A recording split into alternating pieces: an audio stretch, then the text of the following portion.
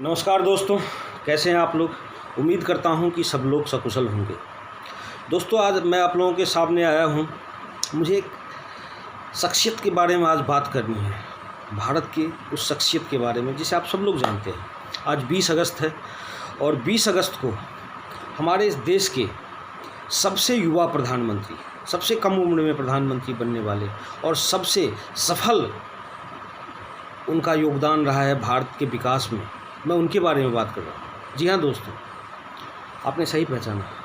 मैं भारत रत्न स्वर्गीय श्री राजीव गांधी जी के बारे में बात कर रहा हूँ। आज ही के दिन 20 अगस्त को उनकी जन्म हुई था। आज उनकी जन्म दिवस है। दोस्तों, बहुत सारे लोग कहते हैं कि 70 साल में क्या हुआ, 70 साल में क्या हुआ। मैं सिर्फ 5 साल, उनको बहुत कम समय मिला, उनको मार दिया गया, आप लोग जैसे जानते ही हैं। सिर्फ 5 साल के समय में उन्होंने जो विकास किया, मैं सिर्फ उसके बारे में आप लोगों को बताना चाहता हूं। और आप लोग खुद डिसाइड करिएगा कि जो लोग कहते हैं 70 सालों में क्या हुआ, आज खुद वो 6 साल 7 साल से शासन कर रहे हैं, उन्होंने क्या किया है, उनसे पूछिएगा। राजीव गांधी का 5 साल का कार्यकाल था। इंदिरा गांधी जी 1984 ईस्वी में उनकी हत्या कर दी गई, उन्हीं के सुरक्षा कर्मियों के द्वारा। फिर राजीव गांधी उस समय बंगाल में थे, उनको वापस बुलाया गया और प्रधानमंत्री पद की शपथ दिलाई गई। दोस्तों, 1984 में ये सफ़र शुरू हुआ और 1989 तक वो प्रधानमंत्री रहे। सबसे पहले वो एक युवा थे और युवाओं के लिए वो बहुत सोचते थे। वो सोचते थे कि 20वीं सदी में हम लोग जी रहे हैं और 21वीं सदी में जब भारत जाएगा तो दुनिया ये देख के दांतों तले उंगली दबा ले कि भारत ने इतनी तरक्की कैसे कर ली। जी हाँ दोस्तों, और उसके लिए उन्होंने जिस फ़ोन पे आप लोग आजकल गालियाँ लिखते हैं उस गांधी परिवार के लिए, ये फ़ोन दूरसंचार क्रांति राजीव गांधी जी की ही देन है। तो अगली बार अगर फ़ोन पे आप टाइप कर रहे हैं गाली लिखने के लिए गांधी परिवार को, तो एक बार इस चीज़ को ज़रूर याद करिएगा। दूरसंचार क्रांति के जनक थे श्री राजीव गांधी। आज घर घर में टेलीविज़न है, हर हाथ में मोबाइल फ़ोन है। वो राजीव गांधी जी लाए थे। दोस्तों, 1986 ईस्वी में BSNL और MTNL की स्थापना श्री राजीव गांधी जी ने ही की थी, जिसको आज बेचने के लिए मोदी जी आतुर है। तो मोदी जी से पूछना पड़ेगा कि आपने स्थापना किस चीज़ की तो BSNL और MTNL की स्थापना भी राजीव गांधी जी ने की थी। दोस्तों, देश के हर ज़िले में जवाहर नवोदय विद्यालय की स्थापना राजीव गांधी जी ने की थी। आज उस जवाहर नवोदय विद्यालय से पढ़ के कोई छात्र जब बाहर निकलता है और उसका सफल कैरियर हम देखते हैं, उसका सुरक्षित भविष्य देखते हैं, तो रंज होता है कि काश हम भी इस स्कूल में पढ़े होते। वो जवाहर नवोदय विद्यालय की स्थापना देश के हर ज़िले में श्री राजीव गांधी जी ने ही की थी।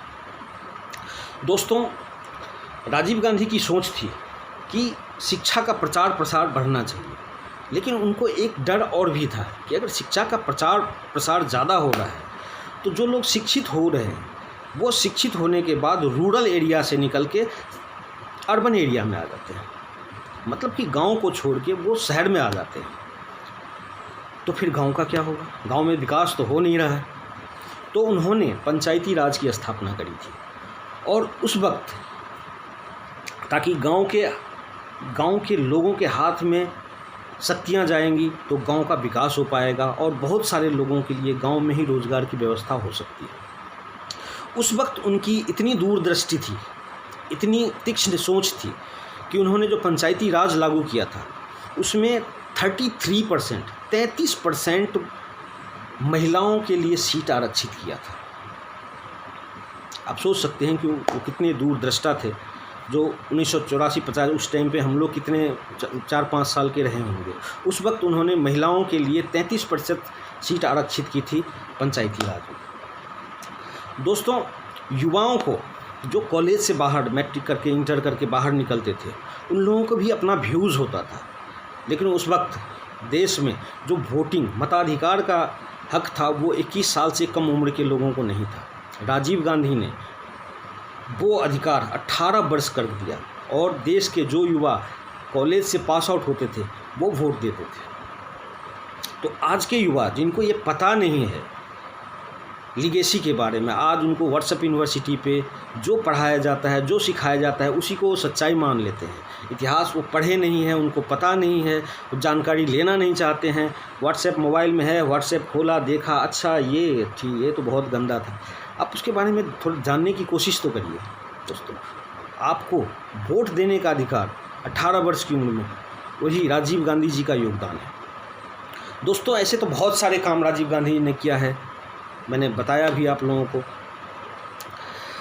और इसमें उनको शांति दूत की उपाधि भी दी गई, क्योंकि पंजाब सुलग रहा था, असम एकॉर्ड किया उन्होंने, श्रीलंका में शांति व्यवस्था की, इस वजह से उनको शांति दूत भी कहा जाता था।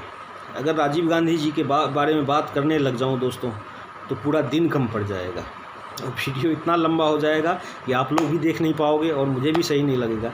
इसलिए मैं बस इसका समापन करता हूं और एक 2 लाइन की कविता के साथ मैं इसका समापन करना चाहूँगा, जो किसी कवि ने राजीव गांधी जी के बारे में लिखा था।